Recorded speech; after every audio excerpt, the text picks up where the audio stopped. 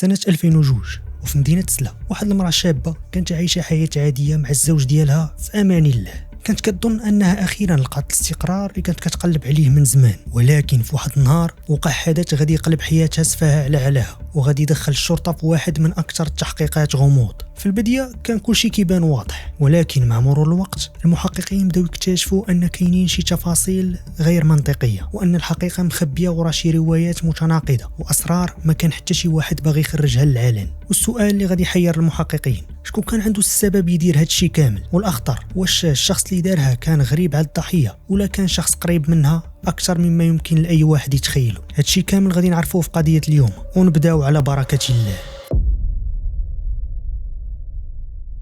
في سنة 2002 وفي مدينة سلا وفي واحد الحي كانت كتعيش واحد الأسرة بسيطة مكونة من 5 الناس، الأب والأم و3 ديال الأولاد. أكبر بنت في العائلة كانت سميتها بشرى، وكانت مازال صغيرة في عمرها. ديك الساعة كانت عندها غير 19 عام، ومعها 2 خوت اللي صغار منها. بوها كان راجل بسيط وكان كيدير المستحيل باش يوفر لعائلته لقمة العيش. مرة كيبيع الحوت، مرة كيقلب على أي خدمة تقدر تدخل ليه شي مدخول ويصرف بيه على عائلته. وبالنسبة لبشرى حياتها غتبدل بالزربة، ما داش وقت بزاف حتى غادي يتقدم ليها واحد الشاب وفي عمره ديك الساعة واحد 27 عام. سول على العائلة، تعرف عليهم، ومن بعد جا للدار بالطريقة المعروفة في ذاك الوقت. بشرى جلست معاه، هضروا وتفاهموا وفي الأخير وافقت عليه وغادي يتم الزواج. وخرجت بشرى من دار والديها باش تبدا حياتها مع راجلها في شقة مكرية. في البداية الأمور كانت مستقرة، راجلها كان خدام في النجارة وكان معروف بالحرفة والخدمة ديالو اللي كانت مطلوبة حتى من خارج المدينة، وكان كيتنقل بطونوبيلته باش يدير الاشغال ديالو. وبعد عامين تقريبا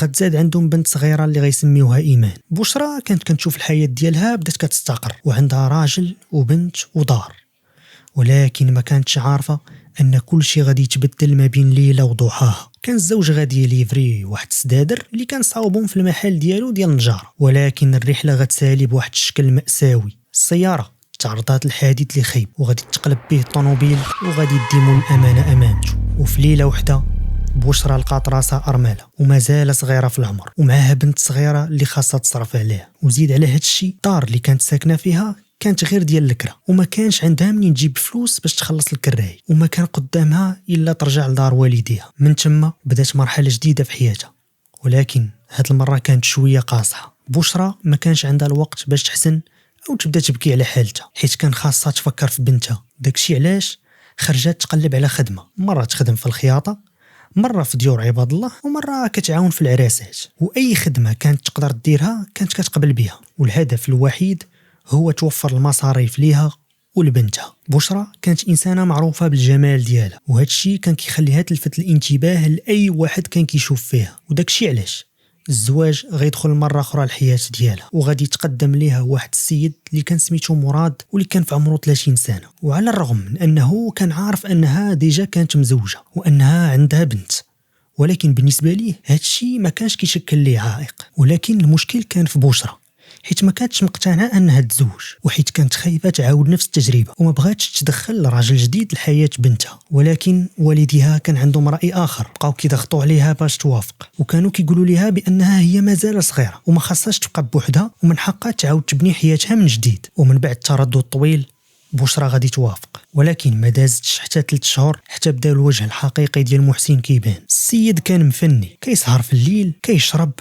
وما كانش كيتحمل المسؤوليه ديال الدار. والأسوأ من هاد الشيء كامل ملي كان كيرجع كان كيولي عنيف، واي نقاش بسيط كان كيتحول للضرب والشتم والاهانه. بشرى حاولت تصبر، ولكن كما كيقول المثل للصبر حدود. وفي واحد النهار وصلت للنقطه اللي ما بقاتش قادره تتحمل اكثر. جمعات حوايجها، خدات بنتها ورجعت مباشره لدار والديها، وقالت لهم بوضوح بانها الا رجعت لذاك الراجل غادي توقع شي مصيبه كحله. عاودت لهم على كاع ديك المعامله الخايبه اللي كان كيدير ليها من العنف والاهمال والسكير. هنا كان القرار واضح وكان لا مفر منه، وهو الطلاق. ومره اخرى لقات بشرى راسها مطلقه، ولكن هاد المره كانت مصممه انها تعيش بوحدها وتربي بنتها على يديها. غدو السنوات حتى غتوصل لبشرى لعمر 27 سنه. كانت خدامه في واحد المعمل ديال الخياطه، وحياتها بدات شويه بشويه كترجع للاستقرار. حتى جا واحد النهار اللي وقف فيها واحد السيد في الطريق. هاد السيد كان سميتو عزيز وكان عنده ديك 33 عام. قال لها بصراحه بأنه كان كيشوفها منذ مدة وأنه ناويها للمعقول. بشرى ما تقبلتش الفكرة بسهولة، وكل شيء بسبب التجارب اللي دازت منها واللي خلاتها تخاف من الزواج. وقالت ليه بأنها سبق لها تزوجات 2 المرات وأن عندها بنت، ولكن عزيز ما تراجعش، بقى كيحاول يقنعها وكان كيأكد ليها بأنه باغي يعطيها حياة مختلفة ويعوضها على داك الشيء كامل اللي دازت منه. بشرى خدات وقتها، فكرت مزيان، وفي الاخر قالت مع راسها يمكن هذه تكون فرصة جديدة، وفعلا غادي توافق. تزوجت بعزيز ومشات تعيش معاه في دار والديه، ولكن كانت في شقة مستقلة اللي في الطابق الثاني. من برا كان كل شيء كيبان عادي ومزيان، ولكن داخل نفس الدار كانت واحد المشكلة اللي غادي تكبر ومع الوقت. اخت عزيز كانت ساكنة مع والديها ومازال ما تزوجاتش، ومن نهار دخلات بشرى للدار بدات العلاقة بيناتهم كتوتر. وزيد على هذا الشيء عزيز كان خدام كسائق ديال الرموك، وبالتالي كان كيغيب على الدار الايام طويله، وفي الغياب ديالو كانت المشاكل غاده وكتزاد. كل وحده كانت كتعاود ليه الروايه ديالها، وكيولي عزيز وسط الشكايات والتحريض والكلام اللي كيزيد يشعل الخلاف، حتى غيجي واحد النهار وكان في عزيز غايب على الخدمه، وغادي تطور النقاش بين بشرى واختو من مجرد كلام لمدابزه. بشرى ما بغاتش تكمل في هذا الجو، جمعت حوايجها ورجعت لدار والديها. وملي رجع عزيز لقى الشقه خاويه ومراته ما بقاتش فيها. اختو بدات كتشرح ليه شنو وقع، ولكن هو ما بغاش يحكم من طرف واحد، وغادي يمشي عند بشرى باش يسمع منها حتى هي. بشرى كانت واضحه معاه، هي مستعده ترجع ليه، ولكن بشرط يعيشوا بوحدهم وبعيد على المشاكل ديال العائله. عزيز وافق، وكان القرار كيبان بسيط في ديك الوقيته، ولكن حتى حد ما كان عارف ان هاد الخطوه بالذات غادي تكون بدايه لاحداث اخطر بزاف. صباح الغد ليه خرجت بشرى مع عزيز يقلبوا على دار جديده للكرا، ومن بعد البحث الطويل لقاو شقه سفليه بمدخل مستقل موجوده في الداخل ديال واحد الدار ديال واحد الراجل كبير في السن واللي كان سميتو عبد القادر. كان عبد القادر عنده ديك 68 عام، راجل متقاعد وعايش بوحده من بعد وفاة مراته، وما كانوش عنده الولاد. عبد القادر ساكن في الطابق الفوقاني، وبشرى وعزيز في الشقه السفليه، كل واحد عنده المدخل ديالو. في البدايه بشرى كانت حاسه براسها اخيرا لقات الهدوء اللي كانت كتقلب عليه، ولكنها ما كانتش عارفه ان هاد الدار الجديده غادي تكون هي المكان اللي غادي تبدل فيه حياتها للابد.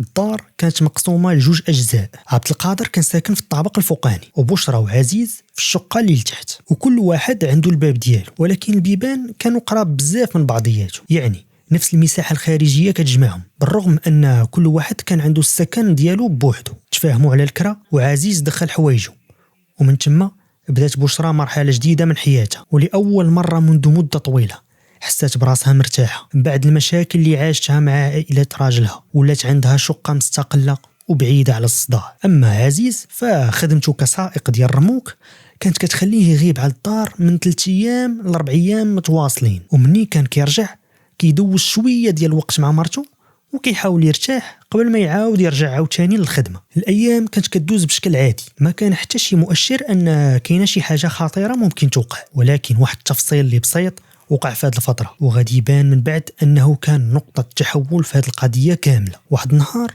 عبد القادر لمح بشرى وهي كتنشر الحوايج من الشرجم. السطح كان مسدود وما كانش عندها سوارته، وبالتالي ما كانش عندها فين تنشر حوايج ديالها. منين رجع عزيز للدار هضر عبد القادر معاه وعطاه صاروت السطح، وقال ليه بان مرته تقدر تطلع وتنشر الحوايج الفوق بلا ما تبقى محصوره في الشرجم. بالنسبه لبشرى الموضوع كان عادي جدا، ومن ذاك النهار ولات بشرى كتطلع السطح وقت ما بغات تنشر حوايجها. دازت الايام حتى جا واحد النهار كانت ليله عاديه، وعبد القادر كان خارج من الدار ومشى للجامع باش يصلي العشاء. ومني سالا ورجع للحومه لاحظ واحد الحاجه اللي ما كانتش عاديه، باب دارو كان محلول. في الاول ما عطاش الموضوع اهميه كبيره بزاف، فكر يمكن غير بشرى طلعت للسطح ونسات الباب محلول. دخل الدار وبدا طالع في الدروج اللي كيوصلوا للسطح، ولكن غير وصل لواحد النقطه في الدروج وقف مسمر في بلاصتو. المشهد اللي شاف قدامه خلاه يتجمد في بلاصتو. بشرى كان طايحه في الارض على كرشها والدمايات غامشيره تماك في الارض. ما قدرش يستوعب المنظر وهبط بالزربه للزنقه هو كيغوت وكيطلب النجده.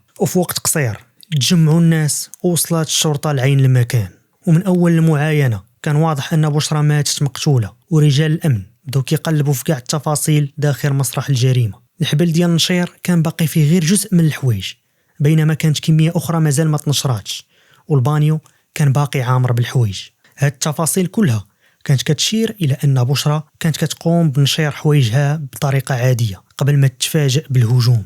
الفرضيه الاولى اللي جات عند المحققين كانت واضحه، ممكن شي شخص دخل الدار والباب كان محلول، طلع للسطح ومن بعد هجم على بشرى، وربما ملي حاولت تهرب تبعها حتى للدروج وتماك وقعت الجريمه. ولكن واحد السؤال بقى مطروح، علاش دار عبد القادر كانت مخربقه؟ هنا ظهرت فرضيه ثانيه، يمكن الجريمه كانت مرتبطه بالسرقه، ولا ربما دخل شي شفار وسمع الحركه في السطح وخاف انها تفضحه وغادي يهاجمها، ومن بعد رجع للدار وفتشها مزيان وقلبها باش يقلب على شي حاجه تما كيسرقها. ولكن التحقيق ما وقفش هنا، الطب الشرعي عطى المحققين معلومات اكثر خطوره. الفحص بين ان بشرى تعرضت ل3 طعنات مباشره في الظهر وكانت هي السبب الرئيسي في الوفاه. ولكن كانت واحد المعلومه اخرى وهي اللي غادي تقلب مجرى التحقيق. الفحص اشار الى احتمال وقوع اعتداء جنسي، ومن هنا القضيه ما بقاتش مجرد جريمه سرقه انتهت بالقتل. المحققين ولات قدامهم عده احتمالات، واش فعلا الهدف كان هو السرقه، ولا كان الاعتداء هو الدافع الحقيقي، ولا كانت الجريمه مخطط لها من طرف شخص كيعرف الضحيه مزيان. بطبيعه الحال واحد من اول الاشخاص اللي خاص التحقيق يركز عليه كان هو مول الدار نفسه، واللي هو عبد القادر. المحققين بداو كيسولوه على تحركاته نهار الجريمه. عبد القادر قال بانه خرج تقريبا مع 2 ديال العشيه ومشى لواحد الجرده قريبه من الجامع، كمل وقال باللي بقى تما واحد شويه، ومن بعد مشى يصلي العصر وبقى في الجامع مع شي وحدين من صحابه حتى المغرب، ومن بعد بقى جالس معاهم كيلعب في الضامه وبقى حتى صلى العشاء، ومن بعد رجع لدارو. هاد الروايه كتعطي عذر غياب واضح في ديك الوقيته. اما عزيز فكان بعيد على المكان اصلا حيت كان مسافر بسبب الخدمه. الشرطه تواصلت معاه وخبراته ان مرته تلقات مقتوله، والخبر كان صدمه كبيره بالنسبه ليه. والمعطيات الاوليه كانت كتخليه بعيد على دائره المشتبه فيهم، خصوصا ان تحركاته كانت مرتبطه بالخدمه ديالو. التحقيق غيتوسع اكثر، المحققين بداو كيسولوا الجيران، ولكن حتى واحد ما شاف شي حاجه اللي غريبه، وحتى واحد ما سمع اصوات غوات ولا استغاثه. الصوت الوحيد اللي سمعوه هو صوت عبد القادر ملي خرج الزنقه وبدا كيغوت. غيديو الجثه للمستودع، وبقى الدور دابا على الطب الشرعي باش يعطي الكلمه ديالو الاخيره. وفي هذه المرحله كانت قدام المحققين 3 الاحتمالات رئيسيه: السرقه تحولت لجريمه قتل، او اعتداء جنسي انتهى بالقتل، او جريمه مخطط لها من طرف شخص قريب من الضحيه. ولكن السؤال الحقيقي كان واش القاتل كان شي شخص غريب دخل الدار، ولا كان شي شخص قريب من بشرى اكثر مما كانوا كيتصوروا. ومن بعد ما تسد مسرح الجريمه جا الدور على التقرير الطب الشرعي، واللي جا فيه التقرير غادي يبدل مسار التحقيق بشكل كبير. الطبيب الشرعي اكد ان بشرى تعرضت ل3 طعنات في الظهر وما كانتش عندها اثار واضحه ديال المقاومه. هذا الشيء كيعني ان الهجوم غالبا جاها بشكل مفاجئ وما كانتش مستعده ليه. ولكن المعلومه الاخطر من هذا الشيء كامل كانت مرتبطه بوقت الوفاه. التقديرات حدات ان بشرى توفات تقريبا ما بين 3 و4 ديال العشيه، يعني الجريمه وقعت في النهار وماشي في الليل. وهنا بعض الفرضيات بدات كتضعف، حيت الجاني ما كانش محتاج يستغل الظلام باش ينفذ الجريمه ديالو. والاخطر من هذا الشيء كامل، التقرير اكد وجود اعتداء جنسي وقع بعد الوفاه، يعني المحققين ما بقاش قدامهم مجرد قاتل، ولكن شخص مكبوت ارتكب جريمه اكثر بشاعه. ومع ذلك كان واحد الخيط اللي مهم جدا، الطب الشرعي قدر يلقى اثار الحمض النووي ديال الجاني. وبالنسبه للمحققين هذه كانت نقطه تحول حقيقيه، حيت دابا ما بقاتش القضيه مبنيه غير على الشكوك والفرضيات، دابا كاينه وسيله علميه ممكن توصلهم مباشره للشخص اللي ارتكب الجريمه. من يرجع عزيز الشرطه بدات مع التحقيق، كان خاصهم يتاكدوا من كل دقيقه عاشها نهار الجريمه، واش ممكن يكون هو اللي ارتكب الجريمه، ومن بعد حاول يلقى راسو الاعذار. ولكن البحث اللي داروا المحققين اكد ان عزيز كان فعلا في مهمه مرتبطه بالخدمه ديالو، والشركه قدرت تاكد تحركاته والتوقيت ما كانش كيتوافق مع وقت وقوع الجريمه، وهكا بدات الشبهه كتبعد عليه. ولكن اذا ما كانش عزيز هو مول الفعل، اذا شكون كانت عنده الفرصه والقدره والدخول للدار بلا ما يثير الشك؟ المحققين قرروا يرجعوا لنقطه الصفر ويحاولوا يراجعوا كاع التفاصيل في القضيه، حتى التفاصيل اللي كانت كتبان بسيطه وما عندهاش اهميه. وملي جمعوا المعطيات كاملين رجع الشك يدور على شخص واحد بالضبط، وكان هو عبد القادر مول الدار. وعلاش هو بالضبط؟ حيت كلما تعمقوا في التفاصيل كانوا كيلقاو مؤشرات كتخلي الشبهه كتقرب ليه اكثر. اول حاجه البلاصه، عبد القادر كان هو الشخص الوحيد اللي كان عنده القدره ديال الوصول المباشر للدار والسطح، وكان عارف البلاصه مزيان. ثاني حاجه التوقيت ديالو، هو قال بانه خرج من الدار مع 2 ديال العشيه، ولكن ما كانش شي شخص اللي يقدر يثبت ولا ياكد بالضبط فوقاش خرج، وهذه النقطة خلات واحد الفراغ في الرواية ديالو. ولكن كانت واحد الحاجة أخرى اللي كانت غريبة أكثر من هادشي كامل. عبد القادر قال بأن الدار ديالو تقلبات بسبب السرقة، ولكن ملي رجعوا المحققين للتفاصيل ما لقاوش شي حاجة واضحة كتأكد أن شي حاجة تماك اللي تسرقات. وهنا بدا السؤال، إلا كان شي شفار دخل فعلا علاش غيقلب الدار بهذه الطريقة وما يسرق حتى شي حاجة؟ وزيد عليها الروينة ما كانتش بالضرورة في الأماكن اللي ممكن الشفار يقلب فيها. المحققين بداو يشكوا أن هذه الفوضى ممكن تكون غير مفتعلة، والغرض منها هو إعطاء انطباع بأن شي واحد دخل الدار وقلبها باش يبان زعما راه تسرقات. الشرطه قررت تعاود تستجوب عبد القادر، ولكن الغريب انه بقى محافظ على نفس الروايه، نفس الكلام ونفس التفاصيل. هنا المحققين مابقاوش باغيين يسمعوا الهضره ديالو كل مره كتعاود، قرروا يمشيو معاه خطوه بخطوه ويشوفوا واش الروايه ديالو كتطابق مع الواقع. مشاو معاه للجرده اللي قال بانه كان جالس فيها، ولكن تما ظهرت اول مشكله. البلاصه كانت كبيره وما كان حتى شي شخص يقدر ياكد بشكل قاطع أن عبد القادر كان فعلا تما في ديك الوقيته. وهذه النقطة بوحدها ما كانتش كافية باش يتهموه بها، ولكن كانت أول ثغرة حقيقية في القصة ديالو. من بعد مشاو المسجد، وهنا الأمور كانت مختلفة. الناس اللي كانوا تما أكدوا بأن عبد القادر فعلا وصل وقت صلاة العصر، بقى معاهم حتى المغرب، ومن بعد بقى كيلعب معاهم الضامة حتى قربات صلاة العشاء. يعني جزء من الرواية ديالو كان صحيح، ولكن جزء آخر قبل تأكيد. وهنا الشك بدا كيكبر كتر. المحققين كانوا محتاجين دليل يحسم القضية، ماشي غير تناقضات وشكوك، وداكشي علاش قرروا ياخذوا من عبد القادر عينة من الحمض النووي، ومن بعد داروا المقارنة بينها وبين الآثار البيولوجية اللي كانت تلقات في مسرح الجريمة، والنتيجة كانت صادمة. كاين تطابق بنسبة 100%. الحمض النووي اللي تم الحصول عليه من عبد القادر تطابق مزيان مع الآثار اللي كانت مرتبطة بالجريمة. دابا الصورة ولات واضحة قدام المحققين. الراجل اللي كان كيبان عادي ومتقاعد وعنده 68 عام كان هو الشخص اللي كيرتبط مباشرة بالجريمة. ولكن بقات حاجة وحدة مازال ما توضحاتش، علاش دار هاد الشيء وشنو كان الدافع، وعلاش راجل في هاد السن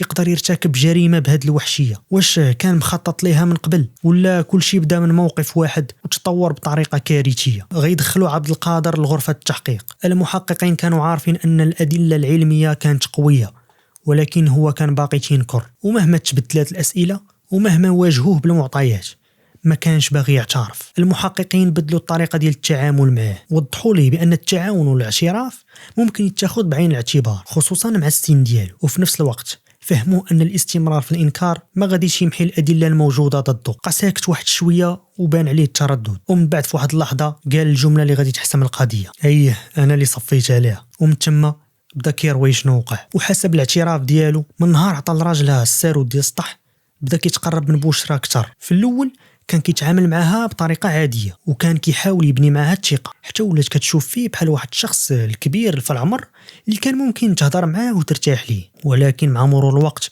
تبدل السلوك ديالو، بدا كيتحرش بها ويضغط عليها، وحتى حاول يقنعها بانها تخلي راجلها، وكان كيوعدها بالفلوس وبحياه احسن. ولكن بشرى كانت كتقاوم وكترفض هذا الشيء. كانت كتدخل معاه في النقاش، ولكن حسب الروايه ما حكاتش لراجلها على التفاصيل كامله. وهذا الشيء خلى عبد القادر حسب الاعترافات ديالو يتمادى اكثر. حتى جا نهار الجريمه، كان الوقت تقريبا 2:30 ديال العشيه. بشرى طلعت للسطح كيف العاده باش تنشر حوايجها، ولكن هاد المره عبد القادر لحق بها وبدا نفس السلوك من جديد عاوتاني. غير ان بشرى هاد المره ما سكتاتش، واجهاته وهزات صوتها عليه وقررت تهبط من السطح وتبعد منه. كانت مازال ما كملاتش تنشير الحوايج، وخلات جزء من الحوايج في البانيو قبل ما تهبط. ولكن عبد القادر تبعها، وبينما هي نازله من الدروج هجم عليها من اللور، ووجه لها 3 طعنات في ظهرها. الهجوم كان مفاجئ وسريع، وبشرى طاحت على الدروج قدام الامانه امانته. ولكن الجريمه ما غاديش تسالي هنا. بعد الوفاه ديالها، هذاك الوحش البشري في صفه راجل كبير في السن غيعتدي جنسيا على الجثه ديالها قبل ما يبدا يفكر كيفاش يمحي الاثار ديال الجريمه. غيهبط للشقه ديالو وخبى أداة الجريمة داخل واحد الكيس، وبدل الملابس اللي كان لابسها، ومن بعد حاول يخلق قصة جديدة باش يبعد الشبهة عليه. قلب الدار ورونها باش يعطي الانطباع بأن شي شفار هو اللي دار داكشي. ومن بعد خرج وخلى الباب محلول، مشى للجردة اللي قريبة من الجامع وحفر واحد البلاصة بيديه ودفن فيه أداة الجريمة وبعض الملابس اللي كان فيها الآثار ديال الدم. ومن بعد رجع للحياة العادية ديالو بحال ما وقع والو. وملي قرب وقت الصلاة مشى للجامع واختلط بالناس باش يكون عنده شهود يقدروا يأكدوا بأنه كان بعيد على مسرح الجريمة. ومن بعد رجع للدار، وتماك بدل ما يبان كراجل عنده علاقة بالجريمة قرر يلعب دور الشخص اللي تفاجأ بالحادث. وملي شاف بشرى طايحة بدا كيغوت ويطلب النجدة قدام الناس باش يعطيني انطباع بأنه أول واحد اكتشف الجريمة وما عنده حتى شي علاقة بها. ولكن السيناريو اللي كان كيحاول يصاوب ويختارعه كان فيه ثغرات كبيرة، والمحققين وحدة بوحدة قدروا يجمعوها حتى وصلوا للحقيقة. هذا الاكتشاف خلى المحققين يتأكدوا أن الاعتراف ديال عبد القادر ما كانش مجرد كلام قالوا في غرفة التحقيق، وإنما كان كيعرف تفاصيل دقيقة ما كانش ممكن يعرفها إلا الشخص اللي كان حاضر نهار الجريمة. ومن بعد دارت الشرطة إعادة تمثيل الجريمة وخلاو عبد القادر يوريهم خطوة بخطوة كيفاش داز من كل شيء، من اللحظة اللي تبع فيها بشرى حتى المرحلة اللي حاول يخفي فيها الأدلة ويبعد الشبهة عليه. ومع اكتمال التحقيق وتجميع الأدلة والاعترافات تحال الملف على القضاء باش يتخذ المسار القانوني ديالو، وفي الأخير صدر الحكم في حق عبد القادر بالسجن المؤبد. وهكذا القضية اللي بدات بحياة عادية، المرأة كانت باغية غير تعيش في هدوء وتبعد على المشاكل، سالات بجريمة بشعة ارتكبها شخص كان كيبان قريب منها وكان كيبان في الأول مجرد جار مسن وهادي. قضية تسدات بالحكم النهائي، ولكن بقات واحد الأسئلة كتطرح راسها: واش كانت هذه الجريمة ممكن تفادى؟ واش لو بشرى حضرات على التحرش اللي كانت كتعرض ليه كان ممكن شي حاجة اللي تبدل؟ وفي الأخير